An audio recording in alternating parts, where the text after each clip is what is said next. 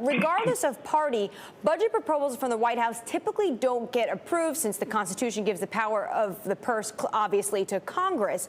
So why does this matter so much?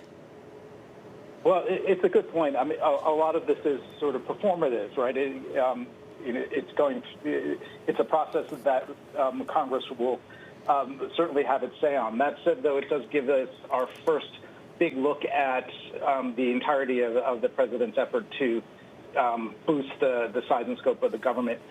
Also, really significantly, once the president delivers the budget proposal, then that clears the way for the House and the Senate to begin working on their proposals. And once that happens, then that sort of allows the Democrats to proceed with a lot of their plans to pass a lot of president's proposals on infrastructure, on taxes, on spending along party lines. So while the proposal itself is not something that is going to become reality, it does set off a whole process. What does the budget so far tell us about what we know about it? Tell us about the administration's thoughts on the direction of the economy, inflation. What are they thinking?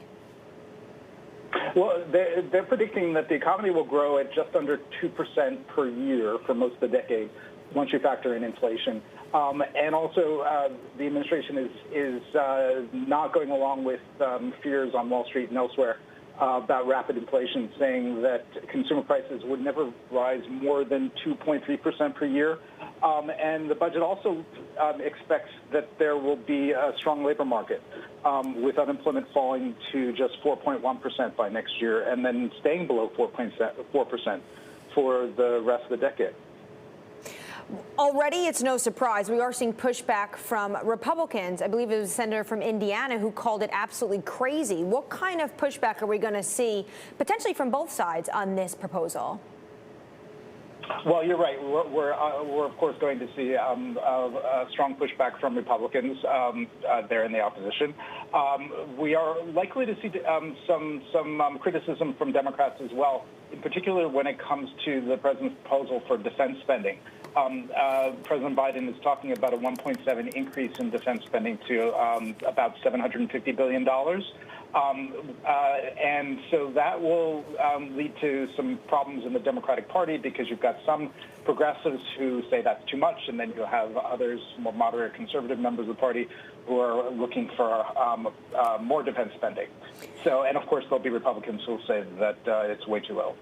Bruce, very quickly, why the Friday before Memorial Day? Is it just going to get lost? Well, that's a good question, and I can't speak for the president or President's team on why they've decided to do this. It does raise questions. If you want to put out some news that you know is not going to get a lot of coverage, you release it late on the day on Friday. And if you really want news to get overlooked, you release it late on the day on a Friday of a long weekend. So who knows? Maybe it's just coincidence, or maybe they really just want this to just go under the radar.